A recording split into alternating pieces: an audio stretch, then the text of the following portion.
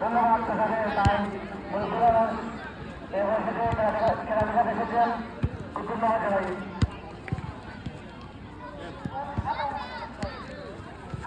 অতিরিক্ত হিসেবে খেলবেন রুমিন, সাজন, হুসাইন, সালমান, সেমল, লিখন, নিজাম, শত্রু, রাহুল।